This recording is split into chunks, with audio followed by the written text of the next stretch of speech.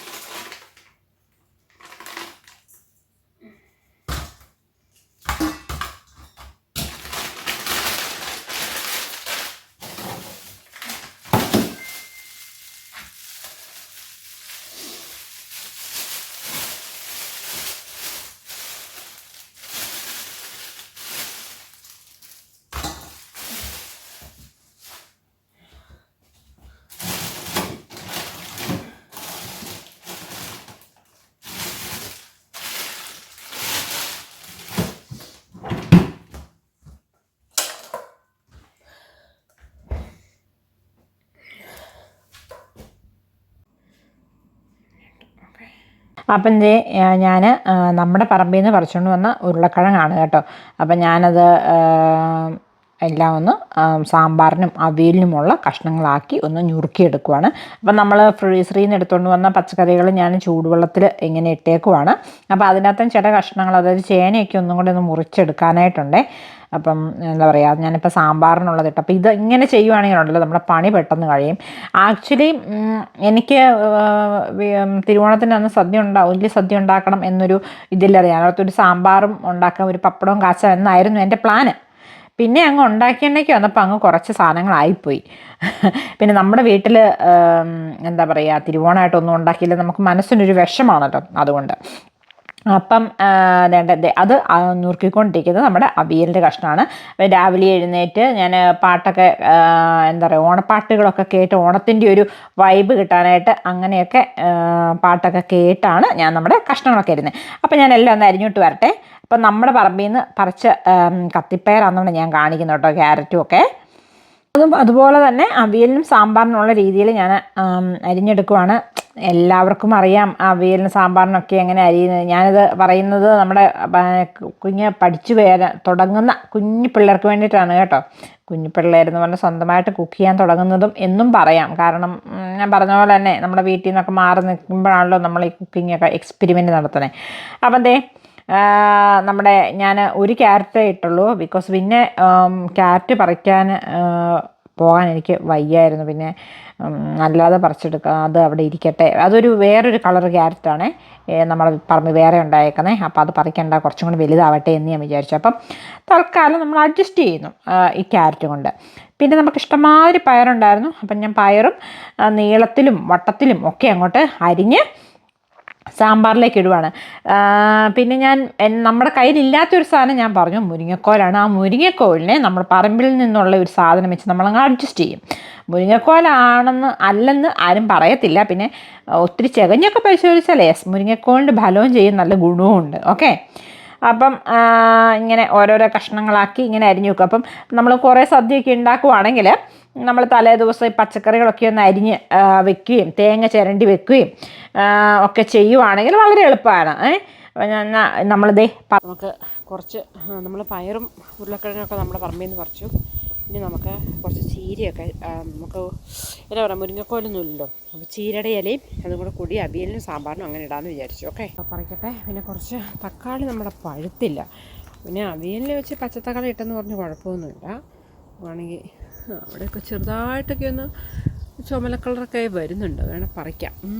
ഇവിടുന്ന് 2 തക്കാളി ഇനി ഒരു കളറായിട്ടുണ്ടല്ലേ, നമുക്ക് പറിക്കാം. 2 തക്കാളി പറിച്ചേക്കാം. 2-3 തക്കാളി പറിച്ച് ഞാൻ. ഓക്കെ, ഇത് മതി നോക്കാം. അവിടെ ഈ തക്കാളിയൊക്കെ ഒരുമാതിരി പഴുക്കാറായി വരുന്നുണ്ട് കേട്ടോ. 3 മതി. പിന്നെ അവിടെ ഇതിൻ്റെ അകത്തൊരു കോവയ്ക്കുണ്ട്, അതുകൊണ്ട് അവിയലിന് പറിച്ചിടാമെന്ന് വിചാരിക്കണം. ഇതിനകത്തെ ഒരു കോവയ്ക്ക, പാവയ്ക്ക വേണമെങ്കിൽ കയറാൻ പറ്റുന്നില്ല. നമ്മുടെ പാവയ്ക്ക എന്ത് ഇവിടെ ഒന്നും കിടപ്പുണ്ടായിരുന്നല്ലോ, അത് പഴുത്തു പോകും. അല്ലെങ്കിൽ നമുക്ക് ഈ പാവയ്ക്ക അങ്ങ് പറിച്ചേക്കാം. എന്നിട്ട് വേണമെങ്കിൽ തോരൻ പോലെ വയ്ക്കാം അല്ലേ. ഞാൻ കത്രികയൊക്കെ കൊണ്ടുവന്നേ പറിക്കാനായിട്ട്, പക്ഷേ ക്യാമറ അതും കൂടെ പിടിച്ചേക്കുന്നതുകൊണ്ട് നമുക്ക് പറ്റുന്നില്ല. രാജേഷ് ഇപ്പം ഇങ്ങ് വരുമെന്ന് വിചാരിച്ചു, പക്ഷേ രാജേഷ് ഇങ്ങ് എത്തിയില്ല. ഞാനിത് പറിച്ചാൽ എനിക്കിവിടെ ഇങ്ങനെ ക്യാമറ ഒന്ന് വെക്കണം, അതാണ്. പറ്റുമോ നോക്കട്ടെ. അതിവിദഗ്ധമായി ക്യാമറയിൽ കൈകാര്യം ചെയ്തിട്ട്. ഓക്കെ, പറിച്ചു. ഓക്കെ, അത് നമ്മുടെ മുറത്തിനകത്തേക്ക് ഇടാം. ഈ പാവയ്ക്ക പറിച്ചു നമുക്ക് ചെറുതായിട്ടൊന്ന് തോരൻ വെക്കാം. ഇല്ല, ഇനിയുണ്ടോ വേറെ കോവയ്ക്ക?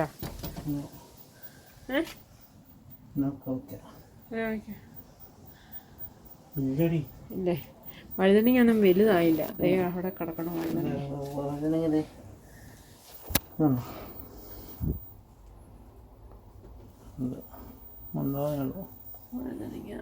അവിടെ പച്ചമുളകൊക്കെ ഉണ്ടായി വരുന്നുണ്ട്. തലമുള്ള പച്ചമുളകുണ്ട്.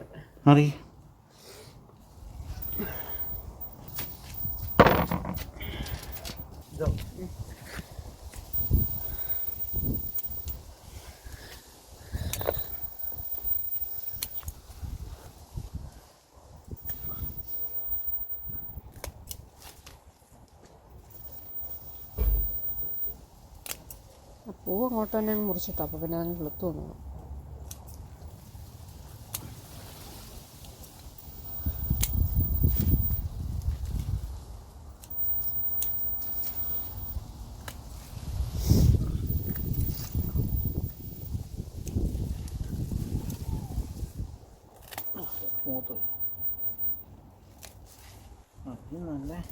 ഇല കളയുണ്ട് മനസ്സേ, ഇലയ്ക്കൊന്നും എത്ര മൂത്താലും കുഴപ്പമില്ലല്ലോ.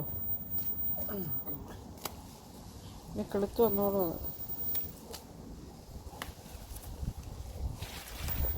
മതി, അതെ, നമുക്ക് ഇനിയും പറിക്കാമല്ലോ. ഇലയൊന്നും പോകുന്നില്ലല്ലോ ഒരിക്കലും. അപ്പം മതിയായിരിക്കട്ടെ. മത്തിന്നാ പറിച്ചു. മത്തങ്ങയൊക്കെ ഓൾറെഡി അച്ചാറിടാൻ അറിയത്തില്ല. മുളക് മഞ്ഞപ്പൊടി ഇട്ടിട്ട് വെക്കാം. എനിക്ക്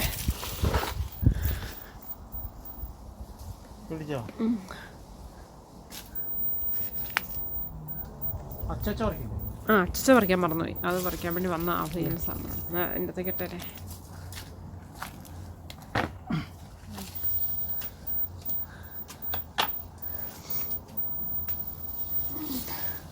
ഇതിൻ്റെ അച്ചാച്ച തീർന്നു. അതെ, അവിടെ മുകളിൽ കുറേ കിടപ്പുണ്ട്. ചൊരക്കില്ല, പക്ഷെ ചൊരക്ക മുഴുത്തില്ല.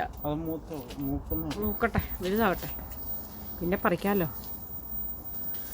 വൃത്തിയൊന്നുമല്ല, ഞാൻ മൂത്താലും ഒരുമാതിരി പറിച്ചോണ്ട് പോയതാ.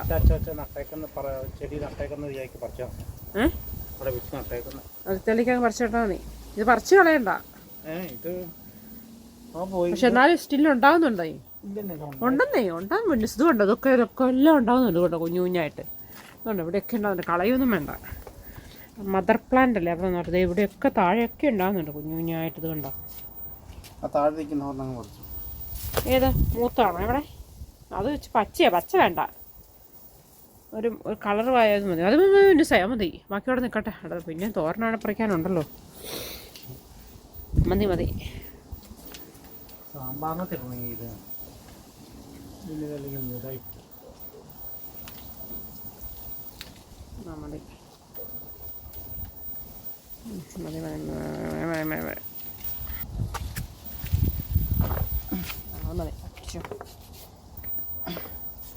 അല്ല, വീടൊക്കെ നിങ്ങൾക്കറിയാം.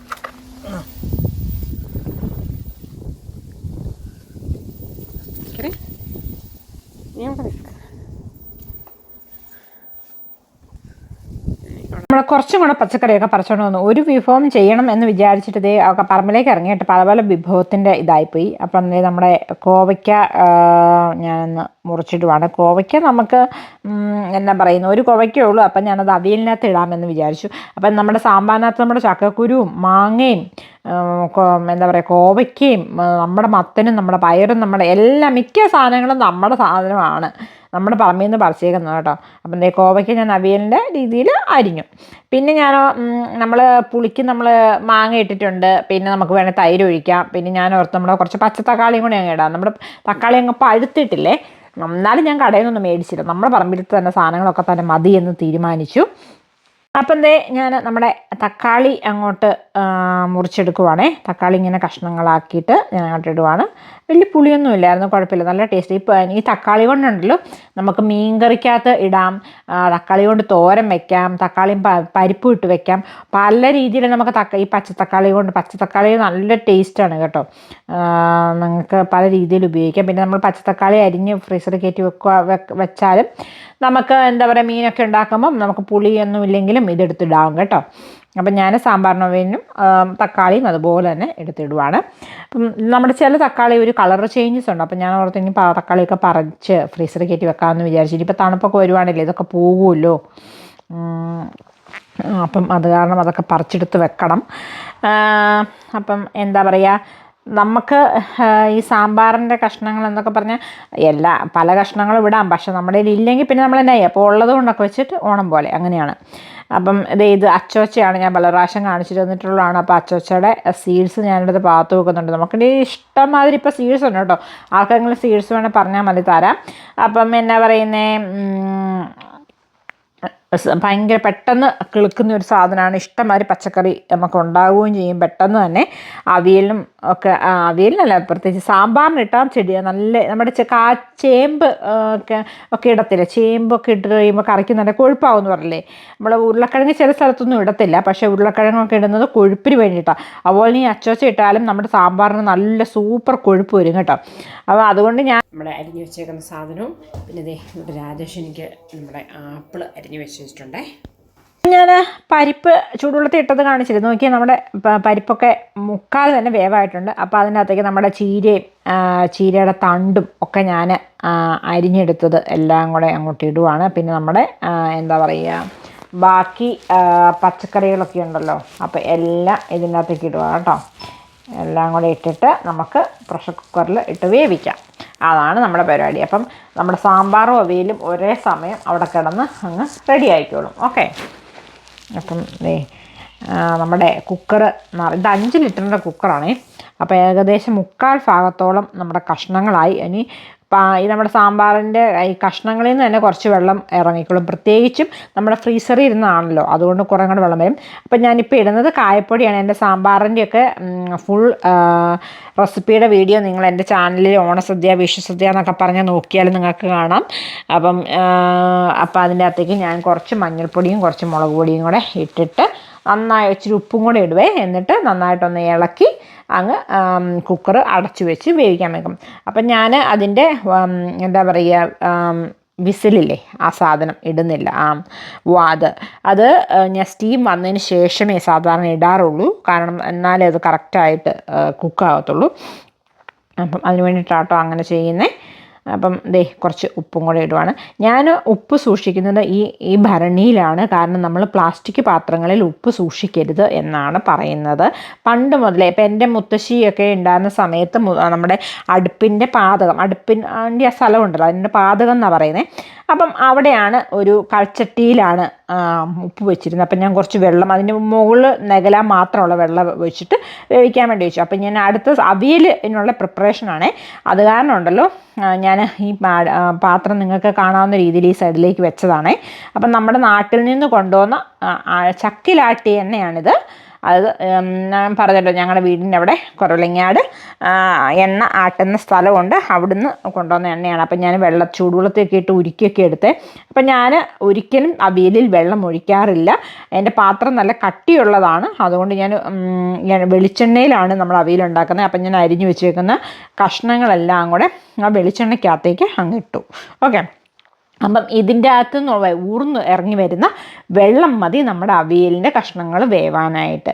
അപ്പം നിങ്ങൾക്ക് കനം കുറഞ്ഞ പാത്രമാണ്, നിങ്ങൾക്ക് അതിൻ്റെ നോക്കിയിരിക്കാൻ സമയമില്ല, അങ്ങനെയൊക്കെ ആണെങ്കിൽ നിങ്ങൾ വെള്ളമൊക്കെ ഒഴിച്ച് വേവിക്കുക. വെള്ളമൊക്കെ ഒഴിച്ച് കഴിയുമ്പോൾ അത്രയും ഗുണങ്ങൾ പോവുകയാണല്ലോ. അവിയലിന് ഏറ്റവും പോഷകസമൃദ്ധമായ ഒരു ഫുഡാണ്. അപ്പം ഞാൻ കേട്ടിട്ടുണ്ട് പല ആയുർവേദ ഹോസ്പിറ്റലുകളിലൊക്കെ അവിയലാണ് ഫുഡായിട്ട് കൊടുക്കുന്നത്. കാരണം അതിൻ്റെ അകത്ത് എല്ലാ പച്ചക്കറികളും ഉണ്ട്. അപ്പം നമുക്ക് എല്ലാ പച്ചക്കറികളുടെയും ഗുണങ്ങൾ കിട്ടും. അത് മാത്രം മതി ചോറ് കഴിക്കേണ്ടെന്നാണ്. നമ്മൾ സാധാരണ മലയാളികൾ, ഞാൻ ഉൾപ്പെടെ, ചോറ് കൂടുതലും കറി കുറച്ചും കഴിക്കും. പക്ഷേ നമ്മുടെ കറിയുടെ അളവ് കൂട്ടുകയും ചോറിൻ്റെ അളവ് കുറയ്ക്കുകയാണ് ചെയ്യേണ്ടത്. ഓക്കെ. അപ്പം ഞാൻ അതിൻ്റെ അകത്തേക്ക് അതുപോലെ തന്നെ മഞ്ഞൾപ്പൊടിയും മുളക് പൊടിയും ഇച്ചിരി ഉപ്പും കൂടി ഇട്ടാണ് വേവിക്കുന്നത്. സെയിം മെത്തേഡ് രണ്ടിലും അതിങ്ങനെ നന്നായിട്ട് വേവിക്കും. പിന്നെ കുറച്ച് വ്യത്യാസങ്ങളുണ്ട്. ഇന്ന് ശരിക്കും ഒരു പണി കിട്ടിയത് എന്താണെന്നറിയോ? 2-3 ആഴ്ച, ഒരാഴ്ചയൊക്കെ ആയി നമ്മുടെ മിക്സി ചെറിയൊരു പണിമുടക്ക് പോലെ എനിക്ക് തോന്നുന്നു. ഞാൻ നമ്മുടെ ഗണപതിക്ക് ഒരു മോദകം ഉണ്ടാക്കണ ദിവസം ഞാൻ ക്യാഷിനോട്ട് അറിയിക്കാൻ നോക്കിയിട്ട് നമ്മുടെ മിക്സിയിൽ നിന്ന് ഒരു കാറ്റ് മാത്രം വരുന്നത് അരയുന്നില്ല, ഒച്ചയൊക്കെ കേൾക്കുന്നുണ്ട്, അരയുന്നില്ലായിരുന്നു. അപ്പം ഞാനിതിങ്ങനെ വെച്ചിരിക്കുമായിരുന്നു. അപ്പോൾ രാവിലെ എഴുന്നേറ്റ് ബ്രേക്ക്ഫാസ്റ്റൊക്കെ ഉണ്ടാക്കാൻ, ഓട്സ് കൊണ്ട് ദോശയൊക്കെ ഉണ്ടാക്കാമെന്നൊക്കെ വിചാരിച്ചു, അല്ലെങ്കിൽ ചമ്മന്തി ഉണ്ടാക്കാമെന്ന് വിചാരിച്ചപ്പോഴത്തേക്കും നമ്മുടെ മിക്സി വർക്ക് ചെയ്യുന്നില്ല. പിന്നെ ഞാൻ രാവിലെയല്ല, ഞാൻ നമ്മുടെ എന്താ പറയുക നമ്മുടെ ഹിന്ദു സമാജത്തിലെ ഓണപരിപാടിക്ക് പോയപ്പോഴേ അങ്ങനെയായിരുന്നു. അപ്പം ഞാൻ വളരെ മുൻകൂട്ടി എന്തുമായിട്ടെ ബീൻസും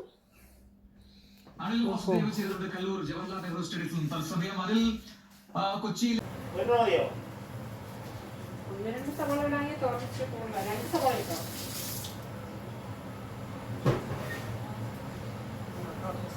നമ്മുടെ ആപ്പിൾ അരിഞ്ഞ് രാശി തന്നായിരുന്നല്ലോ. അപ്പോൾ അതിൻ്റെ അകത്തേക്ക് ഞാൻ കുറച്ച് ഉപ്പിടുവാണ്. നമ്മൾ കുക്ക് ചെയ്യാത്ത ആപ്പിൾ, ഇതിൻ്റെ റെസിപ്പി നമ്മുടെ ചാനലിൽ കിടപ്പുണ്ട്. നിങ്ങൾ കുക്ക് ചെയ്യാതെ ആപ്പിൾ പിക്കിൾ എങ്ങനെ ഉണ്ടാക്കണേന്ന് നിങ്ങളൊന്ന് നോക്കുക കേട്ടോ. അപ്പം നമ്മുടെ ഇവിടെ കിട്ടുന്ന ഗ്രീൻ ആപ്പിൾ വെച്ചിട്ടാണ് ഇത് ചെയ്യണത്. അപ്പം ഞാനിത് നമ്മുടെ ആപ്പിൾ പഴുക്കാൻ തുടങ്ങുന്നതിന് ഇപ്പാട് മുതൽ അച്ചാറിടും കേട്ടോ. അപ്പം നമുക്ക് അച്ചാറില്ലായിരുന്നു. അപ്പം ഞാൻ ഓർത്തു നമ്മുടെ രാജേഷാണ് ഐഡിയ പറഞ്ഞത്, നമുക്ക് പെട്ടെന്ന് ഇതും കൊണ്ടൊന്ന് അച്ചാറിടാമെന്ന്. പിന്നെ അതിനകത്തേക്ക് ഞാൻ ആവശ്യത്തിനുള്ള മുളക് പൊടി, മഞ്ഞൾപ്പൊടി ഇടുവാണേ. നിങ്ങൾക്ക് ആവശ്യത്തിനുള്ള മുളക് പൊടി ഇടുക കേട്ടോ. ഞാൻ പറഞ്ഞിട്ടുണ്ടല്ലോ, എനിക്ക് എരിവ് പറ്റിയില്ല, അത് കാരണം ഞാൻ ഇച്ചിരി മുളക് പൊടി ഇട്ടിട്ടുള്ളൂ. അപ്പം അതും കൂടി ഇട്ടിട്ട് നന്നായിട്ട് ഒന്ന് കുറച്ച് നേരം വെക്കുകയാണെങ്കിൽ കുറച്ച് എന്താ പറയുക, അച്ചാർ പൊടി എൻ്റെ കയ്യിലില്ല, ഞാൻ ഉണ്ടാക്കിയില്ല, സമയം കിട്ടിയില്ല. അപ്പം ഞാൻ കുറച്ച് കായപ്പൊടിയും കൂടെ ഇട്ടിട്ട് കുറച്ച് വിനാഗിരി, വൈറ്റ് വിനറും കൂടെ ഒഴിച്ചിട്ട് മിക്സ് ചെയ്തിട്ട് നമ്മൾ അടച്ചു വെക്കുവാണ്. അപ്പോഴത്തേന് നമ്മുടെ അച്ചാറായിട്ട് അവിടെ ഇരുന്നോളൂ അത്. അപ്പം അതെല്ലാം കഴിഞ്ഞിട്ട് ഞങ്ങളത് കുപ്പിയിലിട്ട് വെച്ചേക്കുക. നല്ല ടേസ്റ്റ് ഉണ്ട്. മാങ്ങ മാറി നിൽക്കും, മാങ്ങയാന്നേ പറയും, ആർക്കും നമുക്ക് അറിയാൻ പറ്റത്തില്ല ഇത് ആപ്പിളാണെന്ന് കേട്ടോ. അത്രയും ടേസ്റ്റാണ് നമ്മുടെ അച്ചാറിന്. അപ്പം നമുക്ക് എന്താ പറയുക, അച്ചാറില്ലെങ്കിലും ആപ്പിൾ ഉണ്ടെങ്കിൽ നമുക്ക് സൂപ്പറായിട്ട് നമുക്ക് അച്ചാറിടാം. അപ്പം ഞാൻ നേരത്തെ അച്ചാറിട്ട രീതിയൊക്കെ നിങ്ങൾക്ക് കാണാം. അതിൽ നമുക്ക് കുക്ക് ചെയ്തും അച്ചാറിടാൻ കേട്ടോ, കുക്ക് ചെയ്യാതെയും ഇടാം. അപ്പം നന്നായിട്ട് മിക്സ് ചെയ്യുക. എല്ലാം നമ്മുടെ മഞ്ഞൾപ്പൊടിയും മുളക് പൊടിയും ഉപ്പും വിനാഗിരിയും എല്ലാം നമ്മുടെ ആപ്പിളിലേക്ക് വരണം. അതിന് വേണ്ടിയിട്ട് അങ്ങനെ ചെയ്യുന്നത് കേട്ടോ. അപ്പം നമ്മുടെ അച്ചാറിവിടെ റെഡിയായി കഴിഞ്ഞു.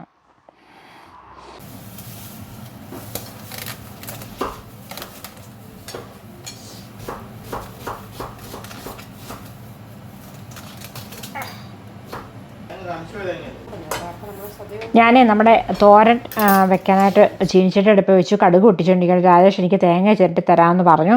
അപ്പം പുള്ളി അവിടെ നിന്ന് തേങ്ങ ചിരണ്ടുവാണ് കേട്ടോ. അപ്പം ഞാൻ പാവയ്ക്ക പറിച്ചുകൊണ്ട് വന്നിട്ടുണ്ടായിരുന്നു. അപ്പോൾ ഒരു പാവയ്ക്ക ഉണ്ടായിരുന്നുള്ളൂ. അപ്പോൾ അത് തികയത്തില്ല എന്ന് പറഞ്ഞ് രാജേഷ് കുറച്ച് ബീൻസും കൂടെ പോയി പറിച്ചുകൊണ്ട് വന്നു. അപ്പം നമ്മുടെ പാവയ്ക്കയും ബീൻസും ഇട്ടിട്ടാണ് തോരൻ വെക്കുന്നത്.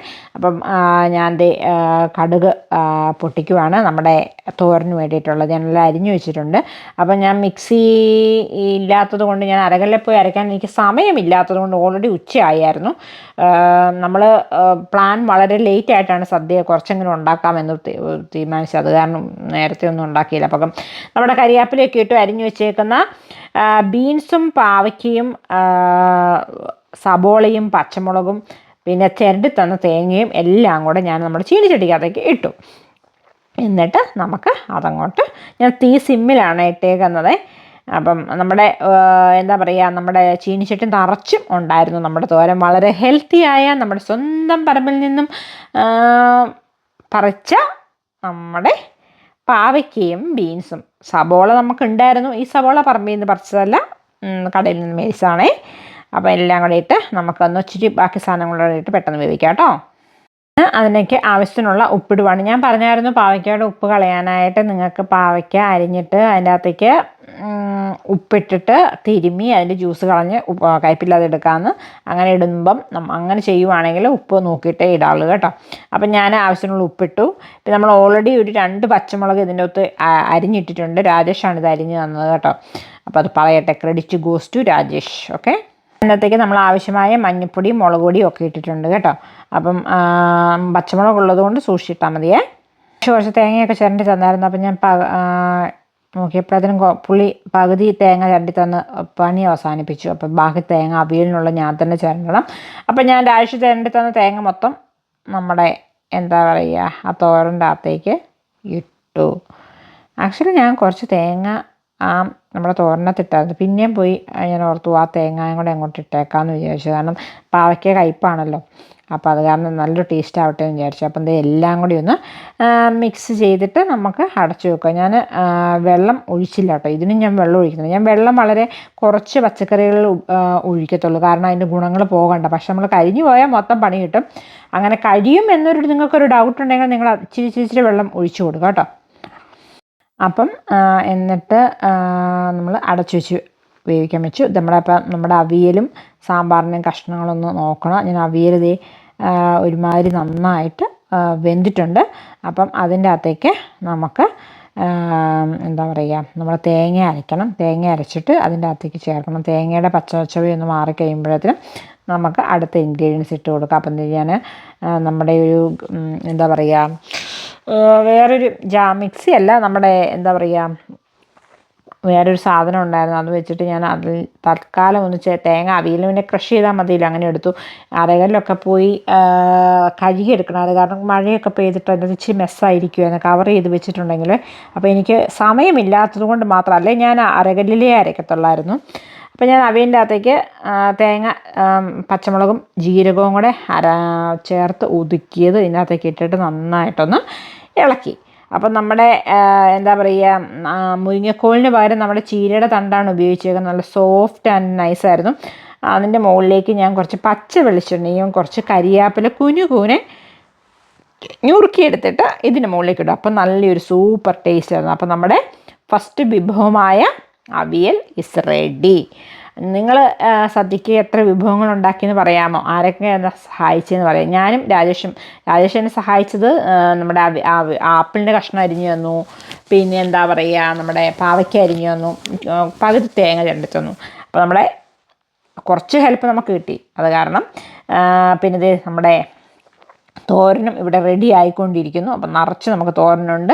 കുറച്ച് ദിവസത്തേന് കഴിക്കാനുണ്ട്. അപ്പം ഞങ്ങൾ രണ്ടും കഴിച്ച് കഴിഞ്ഞിട്ട് മിച്ചമുള്ളത് കൊണ്ട് ഞങ്ങൾ അടുത്ത ദിവസങ്ങളിലൊക്കെ കഴിക്കാമല്ലോ. പിന്നെ നമുക്ക് ഇറച്ചി മീനൊക്കെ കഴിക്കാൻ തോന്നുമ്പോൾ ഒരു ഇറച്ചി എടുത്ത് വറുക്കുകയോ അല്ലെങ്കിൽ ഒരു മീൻ എടുത്ത് വറുക്കുകയോ ചെയ്തിട്ട് നമുക്ക് ഇറച്ചിയായി പച്ചക്കറി ആയല്ലോ. അങ്ങനെയാണ് ഞങ്ങളുടെ വിഷുവിൻ്റെ ഓണത്തിൻ്റെ ഒരു 2 ആഴ്ചയൊക്കെ കടന്നു പോകുന്നത്. എല്ലാവരും പറയും ഫ്രിഡ്ജൊക്കെ എല്ലാം സൂക്ഷിച്ച് സ്റ്റോർ ചെയ്തിട്ട് ഫ്രിഡ്ജും എടുത്തു എന്ന് പറയുന്ന പോലെ നമുക്ക് എപ്പോഴും കുക്ക് ചെയ്യാൻ സമയമില്ല, നമ്മുടെ ബിസി ഷെഡ്യൂളും കാര്യങ്ങളൊക്കെ അല്ലേ. അപ്പം ഞാനൊരു സ്വല്പം വെള്ളം ഒഴിച്ചു, കാരണം എനിക്ക് തോന്നി അതൊരു സ്വല്പം കൂടെ വേവാനുണ്ട്, അപ്പോൾ ഇത് അടിക്ക് പിടിക്കുമെന്ന് തോന്നിയുകൊണ്ട് എന്താ പറയുക ഒരു ടേബിൾ സ്പൂൺ വെള്ളം ഒഴിച്ചു കേട്ടോ. എന്നിട്ട് ഒരു ഇച്ചിരി നേരം കൂടെ ഒന്ന് വേവിച്ചിട്ട് ഞാനത് ഓഫ് ചെയ്യും. അതാണ് എൻ്റെ പ്ലാന്. അപ്പം ഞാനൊന്ന് ഇടയ്ക്കൊന്ന് ടേസ്റ്റ് ചെയ്ത് നോക്കിയേ, നല്ല സൂപ്പർ ടേസ്റ്റായിരുന്നു കേട്ടോ.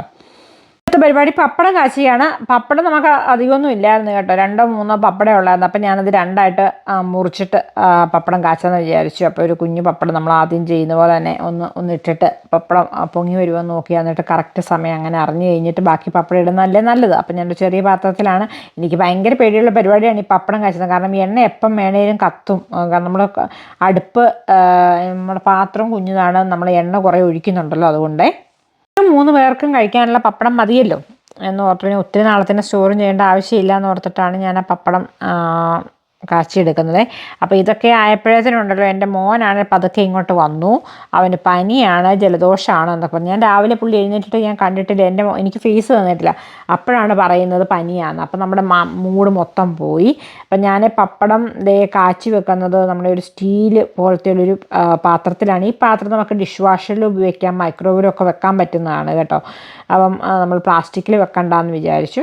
അപ്പം നമുക്കെന്താ, ഞാൻ പറഞ്ഞ പോലെ 3-4 പപ്പടമായിരുന്നു, നമ്മൾ 8 മുറിച്ചു. എന്നിട്ടാണ് നമ്മൾ പപ്പടം കാച്ചിയത്. അപ്പം നമുക്ക് പപ്പടത്തിന് പകരം പപ്പടവുമായി.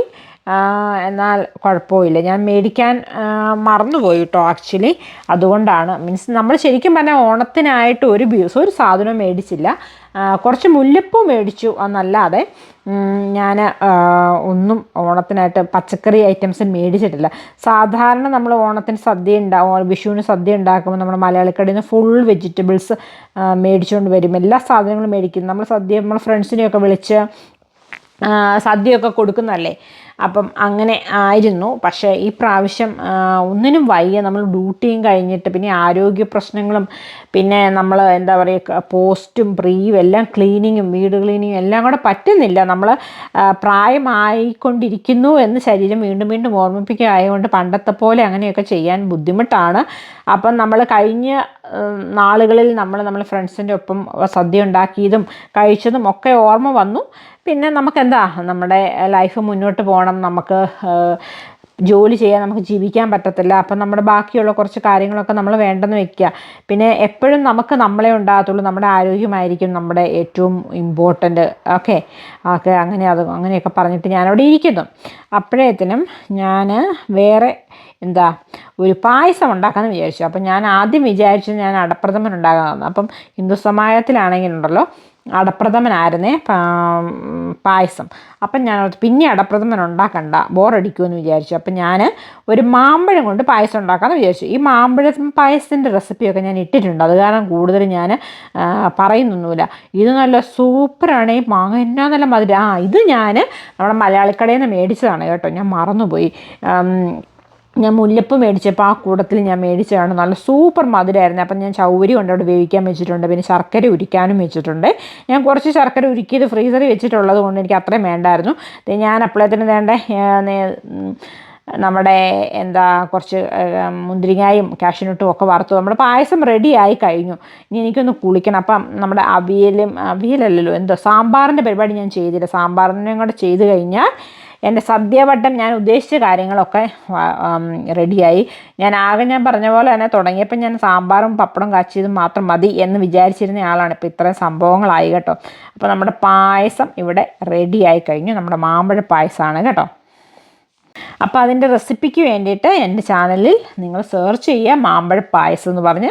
അപ്പം ഞാൻ നേരത്തെ ചെയ്തത് നിങ്ങൾക്ക് കാണാൻ പറ്റും. നിങ്ങൾക്ക് ആർക്കെങ്കിലും വീട്ടിൽ വെക്കണം. ഓണത്തിന് വിഷുവിന് മാത്രമല്ല, നമുക്ക് എപ്പം വേണേലും വെക്കാമല്ലോ. എളുപ്പത്തിൽ ചെയ്യാൻ പറ്റുന്ന പായസവുമാണ് കേട്ടോ. നല്ല മാമ്പഴമായി വേണം എന്ന് മാത്രമേ ഉള്ളൂ കേട്ടോ. അപ്പം ഞാൻ മാമ്പഴം വേറൊരു കാര്യം പറയാൻ പറഞ്ഞു. അപ്പം മാമ്പഴം ഞാൻ നേരത്തെ ഇട്ട വീഡിയോയിൽ ഞാൻ മാമ്പഴം വേവിച്ചിട്ട് മിക്സിയുടെ ജാറിനകത്ത് ഇട്ടിട്ട് പേസ്റ്റ് ആക്കിയിട്ടാണ് ഇട്ടത്. ഈ പ്രാവശ്യം നമ്മുടെ മിക്സി ഇതായതുകൊണ്ടും ഞാൻ അല്ലാതെ മാമ്പഴത്തിന് വലിയ നാരില്ലാത്തതുകൊണ്ട് ഞാൻ അങ്ങനെ തന്നെ മാമ്പഴം ഇട്ടേ. അപ്പം നമ്മുടെ ചോറൊക്കെ വേവിച്ചു റെഡി ആയിട്ടുണ്ട്. അപ്പം ബാക്കി സാധനങ്ങൾ കാണിക്കാവേ. നമ്മുടെ ആപ്പിള് അച്ചാർ, നമ്മുടെ സാമ്പാറും ചോറും അവിടെ ഞാൻ നിങ്ങളെ കാണിച്ചായിരുന്നു, പായസവും ആണ് അവിടെ ഇരിപ്പുണ്ട്. അപ്പം ഇത് നമ്മുടെ എന്താ പറയുക, പാവയ്ക്കയും ബീൻസും കൂടി വെച്ചിട്ടുള്ള തോരൻ. പിന്നെ നമ്മൾ ഒരു കുറച്ച് പപ്പടം കാച്ചിയായിരുന്നു, ആ പപ്പടമാണിത്. ഇത് നമ്മുടെ അവിയൽ. പിന്നെ എന്താ പറയുക, അപ്പം അവിയലിവിടെ ഇനഫാണ്. നമ്മുടെ സാമ്പാർ ഇവിടെ ഞാൻ കാണിച്ചു തരാം. നല്ല കൊഴുത്ത്, കാരണം അച്ചോച്ചയുടെയും നമ്മുടെ ചേനയുടെയും ഉരുളക്കിഴങ്ങും ഒക്കെ ഇട്ടതിന് എല്ലാം കൂടെ നല്ലൊരു കുഴപ്പമുണ്ട്. ചീരയാണ് കേട്ടോ പച്ച കളറ് കാണുന്നത്. അപ്പം നമ്മുടെ super sambar, super tasty sambar ready ആയിട്ടുണ്ട്. പിന്നെ നമ്മുടെ മാമ്പഴം പായസവും അവിടെ റെഡി ആയിട്ടിരിപ്പുണ്ട്. അപ്പോൾ ഇന്നുകൊണ്ട് ഞാനത് കഴിച്ചു തീർത്തു. അപ്പം ഞാനിവിടെ കുളിച്ച് സുന്ദരിയായിട്ട് വന്നിട്ടുണ്ട്. നമ്മുടെ പഴയ കഴിഞ്ഞ വർഷത്തെ ഓണത്തിൻ്റെ ഡ്രസ്സാണ് കേട്ടോ. അപ്പം ഞങ്ങൾ വാഴയില പറിക്കാമെന്ന് പറഞ്ഞ് പോവുക. എനിക്ക് മാത്രം വാഴയില, രാജേഷ് പ്ലേറ്റിൽ കഴിക്കണേന്ന് പറഞ്ഞേ. ബനാന ചിപ്സ്, പപ്പടം, നമ്മുടെ ആപ്പിളച്ചാർ, അവിയൽ, അല്ല അത് അവിയലല്ലോ, അത് നമ്മുടെ പാവയ്ക്കയും നമ്മുടെ കത്തിപ്പേരോട്ടുള്ള തോരൻ, അവിയൽ, മാമ്പഴ പായസം, സാമ്പാർ, പിന്നെ കളം, ചോറ്, ഉപ്പ്, നെയ്യ്. That's it, finished. രാവിലെ ഇഡലിയും ചമ്മന്തിയും കഴിച്ചു. അത് ഉച്ചയ്ക്ക് ചോറുണ്ടു. ഇത് മാത്രമായിരുന്നു ഞങ്ങളുടെ തിരുവോണത്തിന് അന്നത്തുള്ള കാഴ്ചകൾ. ഞങ്ങൾ ഫ്രണ്ട്സിനെയൊക്കെ വിളിച്ചാൽ നമ്മൾ ഗെയിംസൊക്കെ കളിച്ച് വർത്തമാനമൊക്കെ പറഞ്ഞ് അങ്ങനെയൊക്കെ ഇരിക്കുമായിരുന്നു. അപ്പം നമ്മൾ ആരെയും വിളിക്കാത്തത് കൊണ്ട് നമ്മൾ തന്നെ നമ്മുടെ സ്വന്തം വീട്ടിൽ നമ്മുടെ സ്വന്തം പച്ചക്കറി തോട്ടത്തിൽ നിന്ന് പറിച്ച പച്ചക്കറികളൊക്കെ വെച്ച് നമ്മളൊരു കുഞ്ഞു സദ്യ ഉണ്ടാക്കി. പിന്നെ ആൾക്കാരൊക്കെ ആയിട്ട് നമുക്ക് ഓണത്തിന് വന്ന മെസ്സേജുകളിനൊക്കെ ആൻസർ ചെയ്ത് ഫോട്ടോകളൊക്കെ കണ്ട് സന്തോഷിച്ച് ഇരുന്നു. അപ്പം എല്ലാവർക്കും ഓണാശംസകൾ. ഓണം കഴിഞ്ഞു, ഇനിയും ഓണം നടന്നുകൊണ്ടിരിക്കുക, 3-4 ഓണമൊക്കെ ആണല്ലോ. അപ്പം എന്താ പറയുക, എല്ലാവരും സന്തോഷമായിട്ടിരിക്കുക, സമാധാനമായിട്ടിരിക്കുക. ബൈ.